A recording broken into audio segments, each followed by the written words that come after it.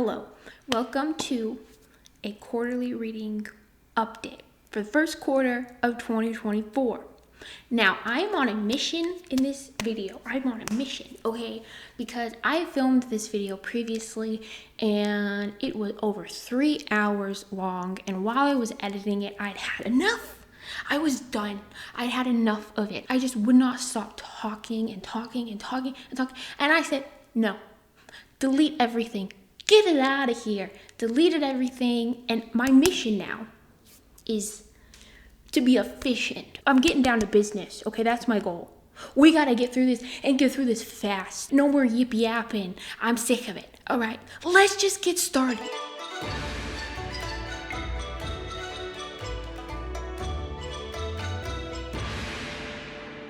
So I'm gonna start with the tale of Genji because in my last reading update video, I was currently reading the tale of Genji, but I was nearing the end. I don't remember where I was at, but I remember I was nearing the end. I did end up finishing this in 2023.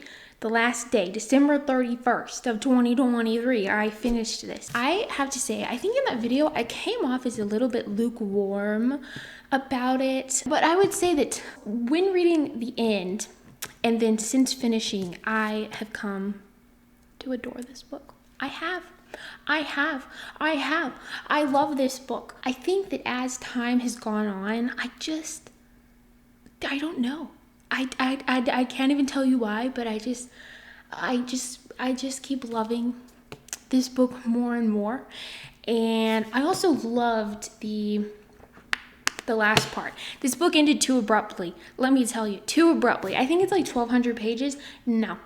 It needed more. It needed more. When I read the last page, I was just like, where's the rest of it? Where's the rest of the book? Where is it?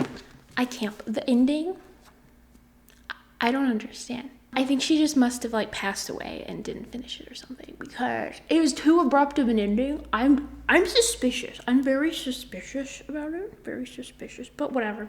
The next book has a connection because then I finished The Pillow Book by Shonagon. So this is The Tale of Genji is a fictionalized story about a man named Genji who was an aristocrat during the Heian Japan is when this takes place, and when she was writing it in Heian Japan. These are all all the first books that we're gonna talk about are from Heian Japan, from my Heian Japan secret project, okay? But they're all for Heian Japan.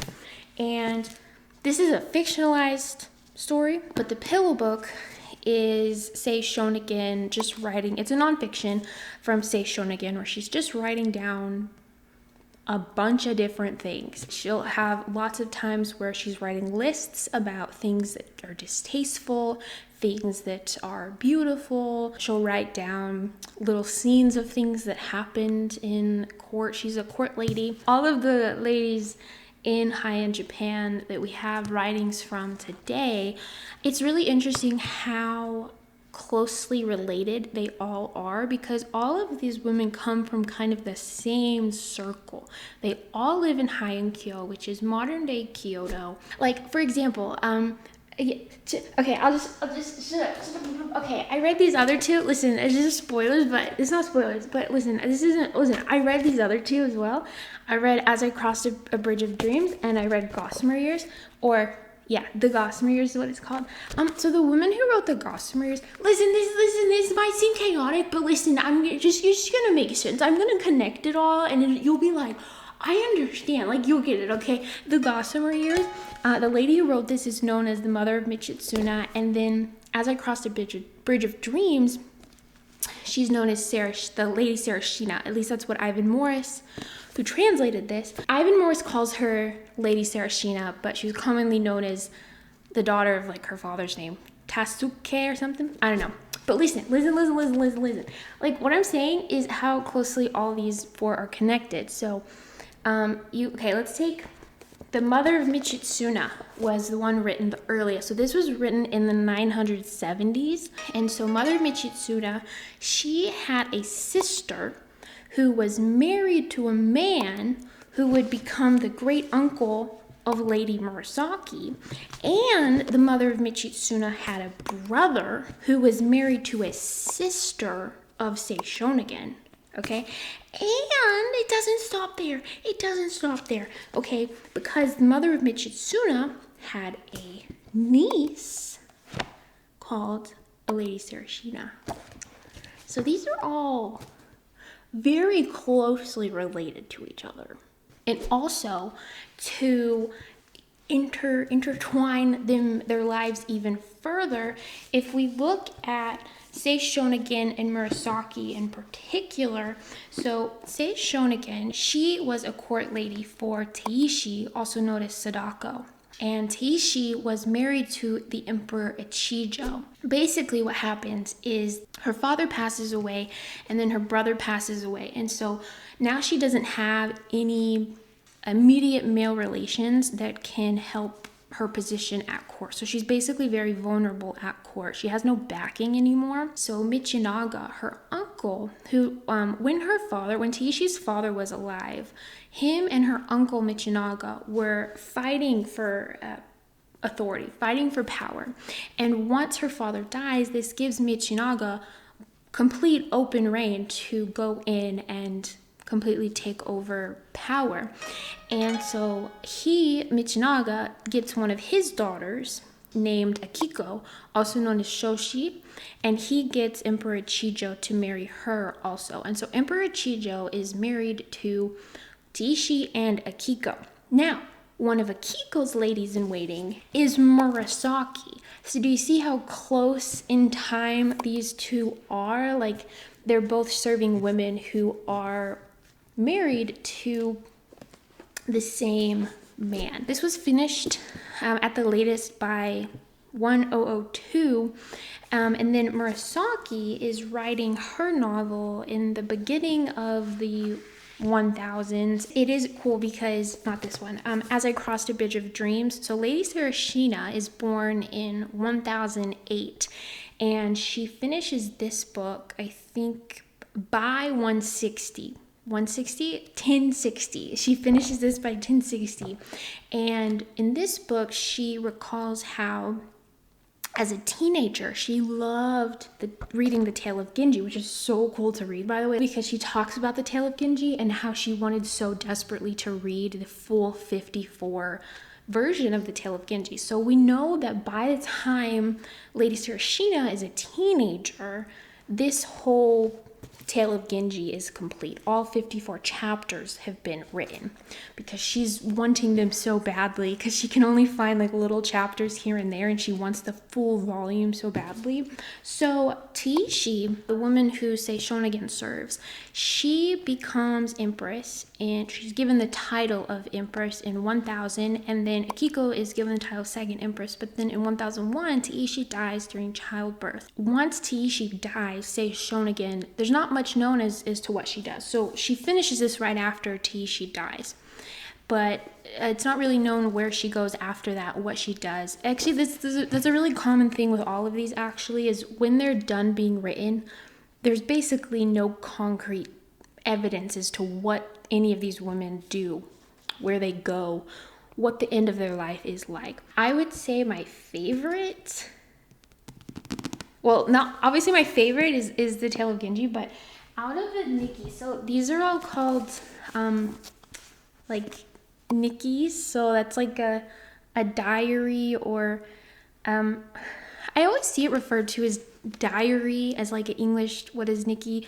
But I feel like autobiography fits that more so than diary. But whatever. I really liked Sarashina. She is just really funny.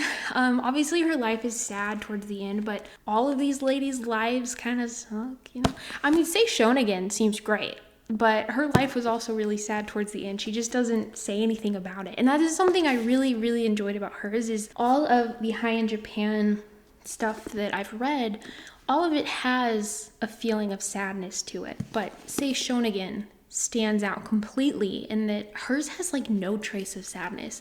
This whole book is just so lighthearted and fun, which is such a standout in terms of tone from literally everything that I've been reading from Heian Japan. So I really enjoyed it for that. But both of As I Crossed a Bridge of Dreams and The Gossamer Years are written towards the end of these ladies' lives. And I would say that The Gossamer Years is definitely more sad of the two. The Gossamer Years focuses much more on her marriage life, whereas As I Crossed a Bridge of Dreams, she does get married and have children, but they barely come up in this at all. Whereas in The Gossamer Years, you see a lot more focus on her marriage and her unhappy marriage. I think it's very interesting and shows light on the polyamorous state of marriages in Heian Japan, because most husbands would take multiple wives, and so most wives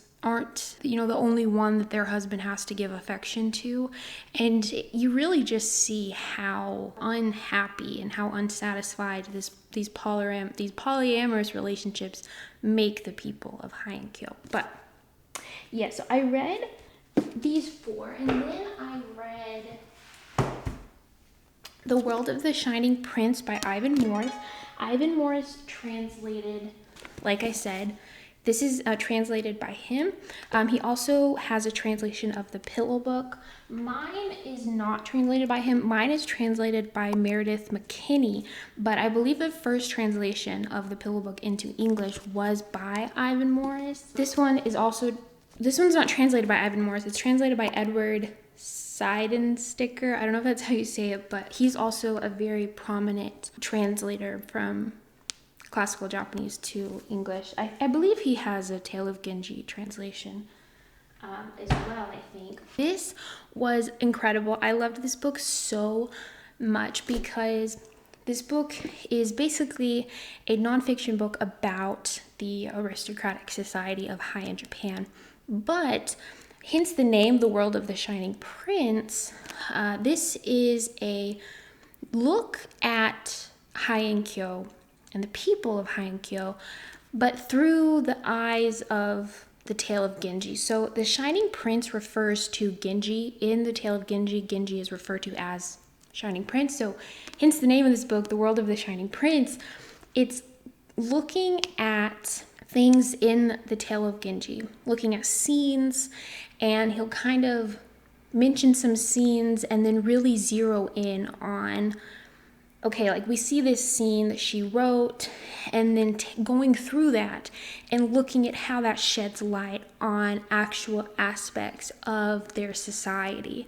And then he'll, start to give you a lot more information that they have from like other sources and things, so that you really get a bigger picture of what's going on in Heian Japan at the time, not just politically, but also religiously. I really, really, really, really, really loved this book. Like, this book made me happy. Like, every time I would read it, I was very happy because not only do I love history, I've said this before, but I love history and I love reading, and I love when they're combined. That's one of the things I love about classics, is you can combine the two.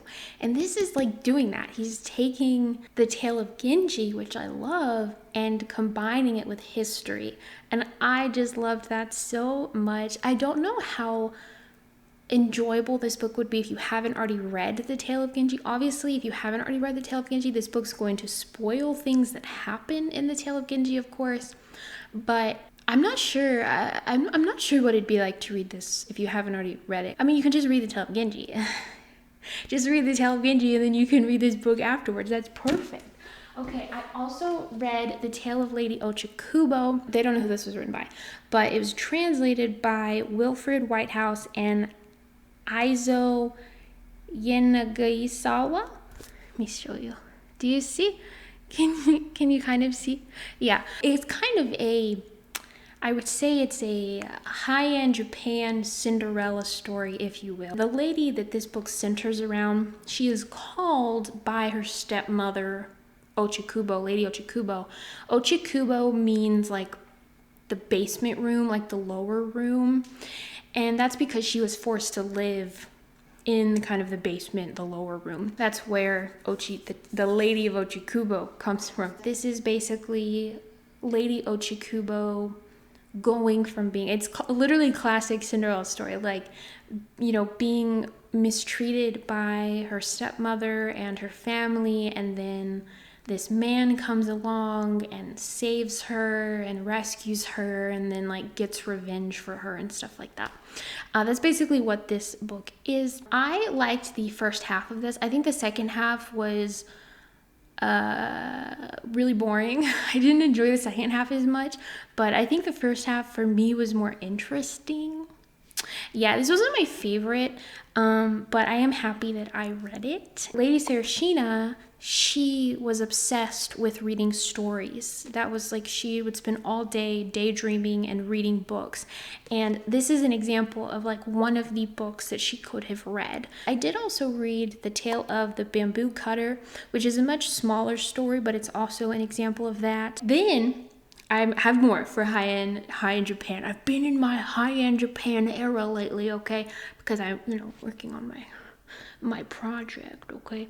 But I did also read, which this is probably my least favorite. Well, I would say The Tale of Ochikubo might be a little below. The Tale of Ochikubo might be my least favorite that I've read so far, but The Tale of Eyes is the next Heian Japan literature that I read. I would say out of Heian Japan literature, at least from my perception, the three kind of big pieces from the time, the ones that have been the most praised, are The Tale of Genji, The Pillow Book, and then The Tale of Eyes. I don't even know if I'm saying eyes right. Eyes, I guess.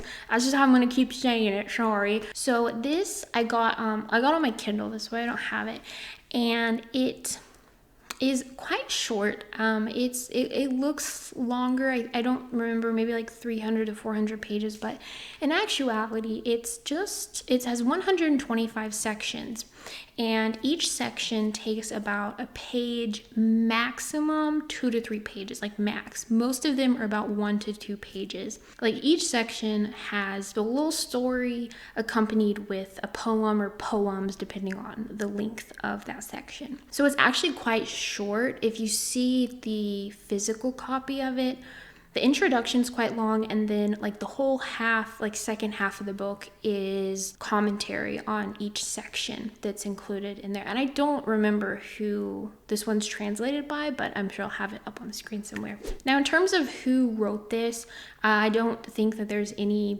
definite one author who wrote it, but they speculate that it was originally written by a man named, can't remember his name, Ariwara no, let me look it up. Ariwara no Narihiria. I don't know. I'll put him on the screen, but I know that he lived in the 800s. So in the Tale of Eyes, in all these sections, it's always referred to like the man, and it's believed that the man refers to Ariwara no something. that man. But in terms of if he actually wrote it, it is believed that there was probably an original set of poems. Whether it was written by him or not, no one knows, but there was original set of poems, and then over time, other individuals started adding more poems to where now we have 125 sections. But like originally, it wasn't created as 125 sections. There was probably way less than that, and then it just kept being added onto. All of these sections basically center around this man and his love affairs. Listen. I just like... Listen, when the Tale of Genji exists, I don't know what to tell the Tale of Eyes. I don't know what to tell it. I mean, I'm sorry. The Tale of Genji exists. Get out of the way. I don't know, like, I thought it was fine. I will say, when I was reading this, I didn't know that the last half of the book was basically all commentary, like more than the last half. Like, so much of the book is commentary on each of the like sections, which is very helpful, by the way, but I didn't know that. And so I was on poem, like section, maybe like, was it like 80 or something? And I thought I had hundreds of pages left, and I was gonna cry. I was like, there's no way. Like, I wanted to DNF the book so bad. And I don't have a problem DNFing, but I was like, this is for my Heian Japan project. Like, I can't DNF this. Like, this is for research. I can't DNF this book. And so I was really struggling. But then I just kept reading, and then all of a sudden it ended. And that's when I realized that there's only 125 sections, not 400 pages almost worth of these sections, which would have been awful because they are quite repetitive, to be honest, and like having to read hundreds of pages of him just like finding new women, like I wouldn't have survived. But luckily it's not actually long, and I think if I had known that it was only 125 pages, I wouldn't have found it as dreadful. But I was so like, I just found such dread with it because I thought it was like hundreds of pages, and I was like, there's no way I gotta read this for hundreds of more pages. Like, you're kidding me. But it's not actually that long. Like, it was fine. I don't know. Like, it's fine. You know? It's fine. And like, the Tale of Genji is like great. I think when it comes to short form things like that, where you have a little bit of narration or prose and then like a poem, I just feel like it probably is better reading it in the classical Japanese because they're just so short, and a lot of the puns and little tricks that you have in the poems, I can't read them, you know? Like, if you read commentary, they'll talk about all of the cool things that it does in the original language, which are lost when translating into English, which don't bother me when I'm reading, you know, these longer stories because there's so much there to also enjoy. The last thing that I read so far for Heian Japan is I read Hajoki. This was written in 1212, so this is actually written after Heian Japan has ended. This is in the beginning of the Kamakura period of Japan. Heian Japan ends in 1185, and Hajoki is written in 1212. But the reason I read this was because, well, one, it sounded interesting, but also I wanted to read this because it's not in the Heian Japan period anymore, but the man who's writing this, he's a monk, and he grew up in Heian-kyo, and he witnessed the fall of Heian-kyo, and towards the end of Heian Japan period, Heian-kyo is hit with all of these disasters, and he lived through all of that. And now he has moved into the mountains outside of Heian-kyo, and he lives in a hut that he made, and he's rejected society. He lives mostly in isolation, but there are some people that he'll see every now and then, but he just basically lives closed off, and he just lives off of the forest. I really wanted to read this because I just thought it was really interesting to read literature that goes into the downfall of Heian-kyo and is from people who are experiencing the decline of that aristocratic culture.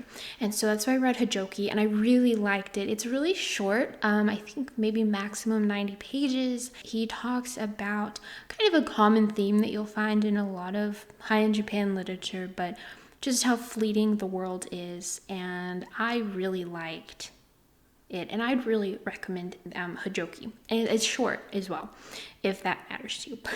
I do want to read Confessions of Lady Nijo, Lady Nijo. She was in the early 1300s is when she wrote her Confessions of Lady Nijo. So she is quite farther along in the Kamakura period, quite farther away from the Heian period than like Hajoki is. But the reason I want to read Confessions of Lady Nijo is because she was kind of a part of that aristocratic group in Japan who no longer had any power. All of the power has now been transferred to military clans. So she's married to an emperor who is just kind of symbolic. He doesn't have any power anymore. You see this group of aristocrats who are still desperately trying to hold on to the past and the height of their culture. It really shows the bare end of this court culture. It's like they're like desperately trying to hold on to a past that is leaving, and the rest of Japan is moving on. Now we gotta go to China. We gotta go to China because I have been reading The Story of the Stone. Now, don't be mad, okay, if I say his name right. Please, please, please, please, please. I spent hours Trying to learn how to say his name. Ours is a little dramatic. Okay, Cao Xueqin. Don't judge, okay? Don't judge. Cao Xueqin, I think is how you say it. If not, it's similar. The edition that I'm reading is the Penguin edition, which has put I feel like calling it tale. The story of the stone tale is more accurate than book. But the tale is divided up into 5 volumes in this Penguin edition, and I finished volume 1 and I'm currently reading volume 2. The story of the stone is more commonly known as Dream of a Red Chamber or Dream of the Red Mansion. It's a very, very popular Chinese classic written by Cao Xueqin in the 1700s. I'm not sure exactly when in the 1700s, but I know that he was alive in the kind of first half of the 1700s. His family had been for generations very wealthy in imperial China. Through Cao Xueqin's father's life, you start to kind of see this wealth and power, not wealth and power per se, but their favor with the imperial family specifically start to kind of decrease. Once Cao Xueqin is born, he's still born into this wealthy family, but by the time that he's 12 to 13, his whole family gets thrown out and all of their property, or at least majority of all their property, gets taken away, and they get thrown into poverty. And so they go from being this powerful aristocratic family in imperial China to being in the depths of poverty. And so Cao Xueqin lives out the rest of his life in poverty. And this is why not a lot is known about him. I think there's a lot more known about Cao Xueqin's the older generations in his family, like his grandfather and his great-grandfather, compared to Cao Xueqin himself, because not a lot of records are kept about someone who lives in such poverty. So the version that this 5 volume is from is based on the 120 chapter manuscript, which was published in the late 1700s by Gaoe. I don't know how you say it, because I doubt it's how I think it says, Gaoe and a Chang something guy. They published a 120 chapter manuscript in the late 1700s, and that has become the most widely read manuscript. But there are a lot of other manuscripts. Listen, it's just so interesting. There's these other manuscripts. Just let me tell you for 2 seconds, okay? Just let me tell you for 2 seconds. There's other manuscripts where they have a lot of notes and things written, commentary written all over the pages by this person or people who pin their name as Red Inkstone and Odd Tablet, or the elderly maimed tablet. Some scholars believe, like Chinese scholars believe, that they're the same person. Some believe that they're 2 separate people. But these manuscripts are really interesting because from all the things that they're saying and writing down, they clearly knew Cao Xueqin very closely and grew up with him, were very intimate with him in his life, and experienced a lot of the same things. And so there's a lot of speculation about who these people were. Now, Cao Xueqin, when he was writing these, a lot of the people who were reading them were his friends and family. In the very beginning of the book, actually, of the tale, he talks about how he spent over a decade reading, or not reading, but writing and revising, and so there's there was a ton of manuscripts going around of it, but the one that's become the most popular is the 120 chapter version. But the reason that listen, you don't understand, okay? There's so much, okay? Because specifically, there's a lot of opinions about the last 40 chapters that are in the 120 chapter manuscript, because the first 80 chapters, I don't believe there's any scholars that contest whether the first 80 chapters were written by Cao Xueqin. I believe the first 80 chapters, everyone agrees, are written by Cao Xueqin, but the last 40 chapters, it's in the 120 chapter version. There is a lot of debate on if it was written by him or not. Now, I watched a lot of stuff. I read a lot of things. Sadly, a lot of it is just untranslated. It's all in Chinese. That's just kind of how it is in general with Chinese classics. A lot of it is not translated into other languages, which is so sad. Like there's like a whole world, massive world of Chinese literature that I can't access. Okay, it pains me. It pains my soul. But there's like a whole world of scholarship and about this book, and so much of it I just can't access because they just keep it closed off. It's only in China, I was reading a lot of different arguments from different scholars in China. And what I've come to believe makes the most sense to me, now I'm not a scholar, don't take my word for it, but what makes the most sense to me is that he did write the first 80 chapters and he finished the first 80 chapters, and he did write the last 40 chapters, but they just were not finished as well as the first one. So he hadn't fully finished revising them and rewriting them and working through them as the first 80 chapters. And so when they published the 120 chapter in the late 1700s, they had to do more editing with the last 40 than they had to do with the first 80 because they weren't as finished. That's what I've come to believe. Should I just tell you what the tale's about? I haven't even told you. Listen, just knowing all the background should make you interested enough. You're like, oh, there's a lot of drama on this book. There's a lot of mystery, a lot of intrigue. Like, that's enough to make you want to read this book, okay? Or tale. I should say tale. I keep trying to say the tale. The tale centers around the Jia clan in Imperial China, and they are a very wealthy, aristocratic family. Kind of at the center of the story, you have a character named Bao Yu. If I say their names wrong, I'm sorry, okay? But Bao Yu, Bao-Yu, Bao Yu, he's kind of the center of the story. Now, this has a ton of characters. There's a lot of characters in this book, and all of them are incredible. Okay, have I even said I love this book? A tale. I love the tale. Oh my gosh, whatever. I'll just say book. I love this book. Okay, I love it so much. And Bao Yu's kind of the center focus.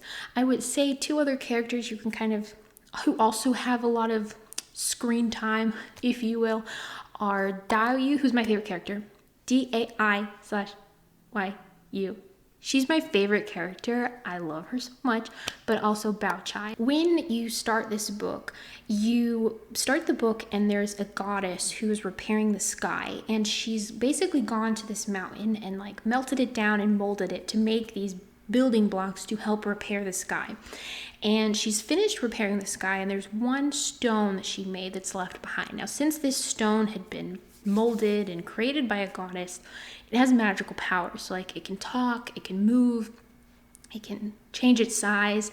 And in the beginning of the novel, we see this stone lying on near the base of a mountain, and the stone is very sad, and it's sad because it was the only stone not used, and so it kind of feels worthless. And then one day a Buddhist monk and a Taoist are walking by, and the monk instantly recognizes that this stone is special, and he goes and picks up the stone and tells it that he's going to take it to the human realm. And so what ends up happening is that this stone, along with a bunch of other fairies, which if you want to read the story about the fairies, you gotta read the book, okay? I won't give you that part. But this stone and a bunch of other fairies end up being reincarnated.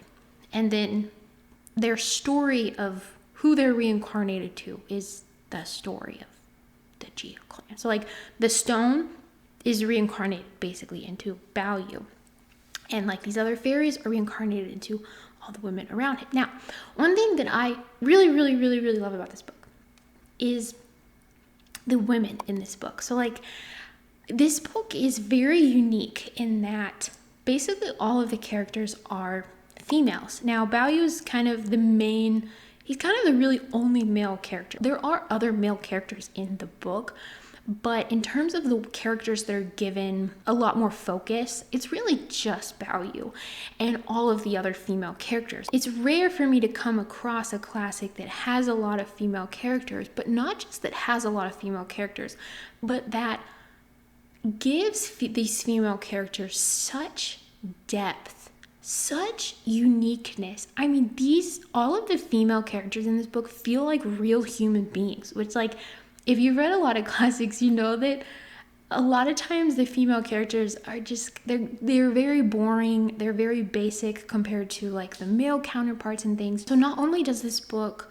have these full like 3D real characters, but it's also, a lot of this focus is given to not just the wealthy, but also all of their servants. And so it's not just all of the wealthy individuals in this book that have so much depth and character, but also all of the servants. I mean, literally, there's so many characters, but like all of the women around Bao Yu are all unique, all have so much psychological depth. I mean, the way that Cao Xueqin delves into what things they like, what things they hate, their past, how that affects what they're doing currently, the way that they feel, the way that they perceive things differently. I mean, I love it. I love it so much. It's like a breath of fresh air. It's literally a breath of fresh air. I feel like if I had to describe all of the stuff I've read so far from this tale, is just,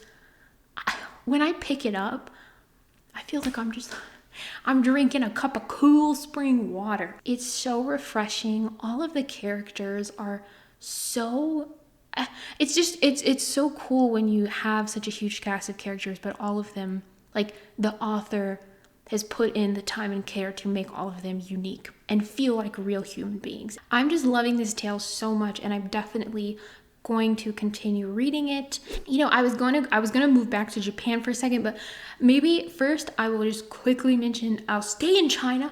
We'll stay in China, but we'll zoom to more modern day China. I did read The Three Body Problem.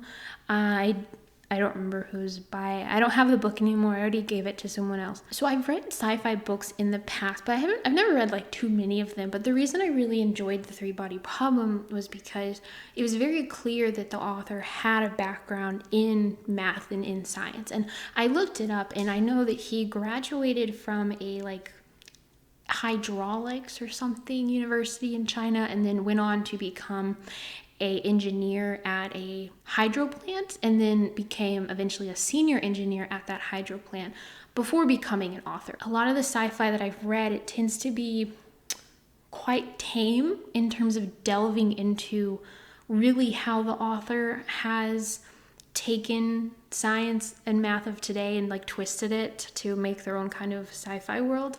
Whereas in The Three Body Problem, he really delves into what math and science themes he's exploring and kind of twisting for his novel, which I really, really liked that, because I come from a STEM background, and so it was just comfortable, I guess, reading, because he is talking about so many topics that I've also learned about and worked on in the past. I did really, really love the influence of not just the Chinese Cultural Revolution, but just the influence of our own history in the world. Like having historical people in our own world pop up in The Three Body Problem was so fun. I love it. I love when, history gets in there.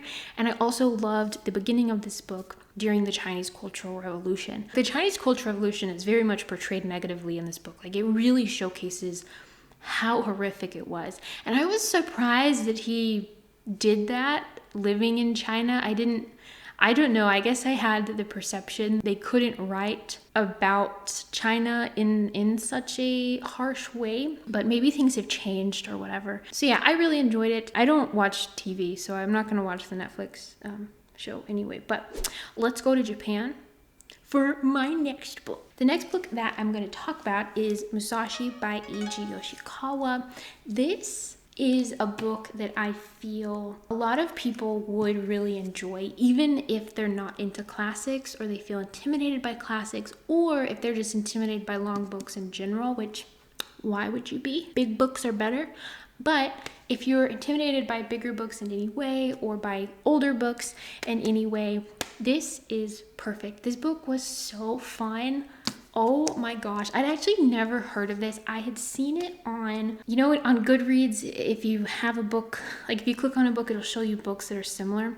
Well, I had seen it one time, and I remembered it because, one, it had such a high rating, which is very unusual for older books on Goodreads, because classics tend to be rated very poorly, especially Moby Dick. We don't have to talk about that. The rating of Moby Dick on Goodreads is a injustice that is continuing, and it's really upsetting, but whatever. Okay, this had a very unusually high rating for a classic, and it was very long. It showed like 900 something pages, and so I was instantly like, big book, big book, big book. When I see big book classic, it stays in the brain. So I finished the Tale of Genji, and I'm lost, as I am per usual. When I finish my big book, I'm like, where's my next big novel? Where is she? I feel lost. And then I remembered this, and I was like, maybe I'll try that. So I downloaded a sample, and I could not stop reading it, and I just kept reading it and reading it and reading it. So this was written by Eiji Yoshikawa. I believe he was born in the very, very late 1800s, and he lived in the first half of the 1900s, and he published Musashi serially in a newspaper from 1935 to 1939. Musashi is basically a historical fiction novel that is loosely based off of a real historical Japanese figure named Miyamoto Musashi, who was a ronin, which was a lone samurai. So he was a samurai in Japan who didn't have a master. He didn't belong to any clan. He kind of just roamed Japan on his own. He was a very accomplished samurai. There is a book by him you can read called The Way of Five Rings, and he might have written a few other things, but I know The Way of Five Rings is Musashi's most popular thing that he wrote. He's a really interesting Japanese figure, but this is loosely based off of him. So it's basically begins with Musashi. Now his name's not Musashi in the beginning, his name is Takezo, I believe it was. And this whole book basically is just the journey of Musashi becoming a samurai, and then his path as a samurai into mastering his craft, mastering not just his swordsmanship, but also mastering himself. This book is so good. It's filled with so many fun characters, and there's 2 covers of this, and the newer cover, disgusting. Get it out of here. This is the cover. This is the cover that I wanted. This is my belief, okay? I believe this is Musashi. You see? This is Musashi. This is Otsu, who's my favorite character in the book. I love Otsu because there's like the flute that has to be Otsu. And then this is Jotaro, and this is Iori. Okay, that is the analysis of a professional. That's who I believe is right there. I love it, them all being together like this. I love this cover so much. It's like a battle's going on. These books are very long. So in terms of reading it in your hand, it's really not nice. You just kind of got to read it like on a table or something. I don't know if you can tell, but it's like the size of a textbook. Like, it's not comfortable to like read. I don't know, but every character in this book is so entertaining and fits the story so well. And the journey that he goes on throughout Japan is so it's so fun to read, honestly. I think this book is really great. If you want an entertaining book, a fun book, if you're intimidated by the size, don't be. I don't know if it's considered a classic.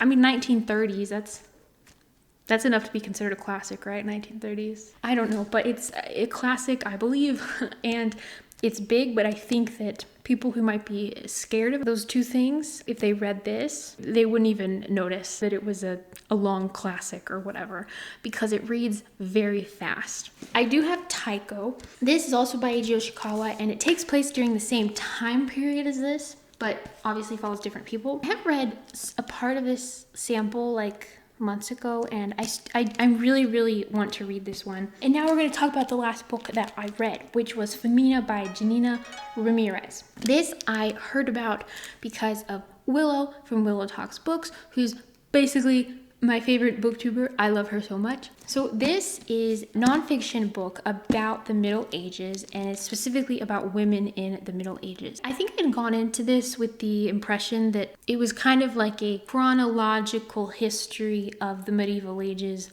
but kind of telling it through women's perspectives, which that's not really what it is. I would say more of what this is to me is taking a look at the Middle Ages as a whole. And there's a lot of terms that can be blanketed over the Middle Ages, like, oh, it was a dark time, it was a bloody time, it was an age of just constant warfare and fighting, lack of education, lack of literacy, a very male-dominated society, stuff like that. And this book peers into the medieval ages and tries to show some of the more nuances of different countries' cultures.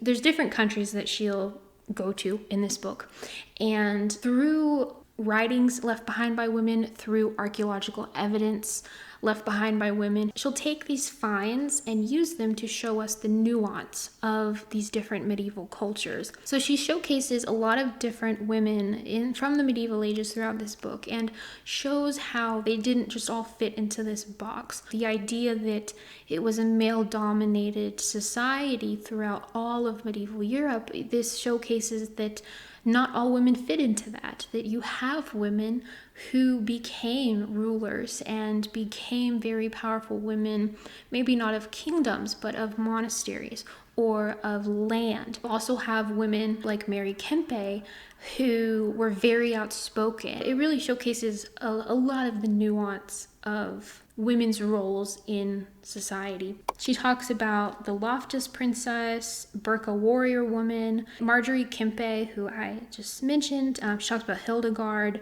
Jadwiga of Poland, Hild of Whitby. She talks about two names I don't know how to say.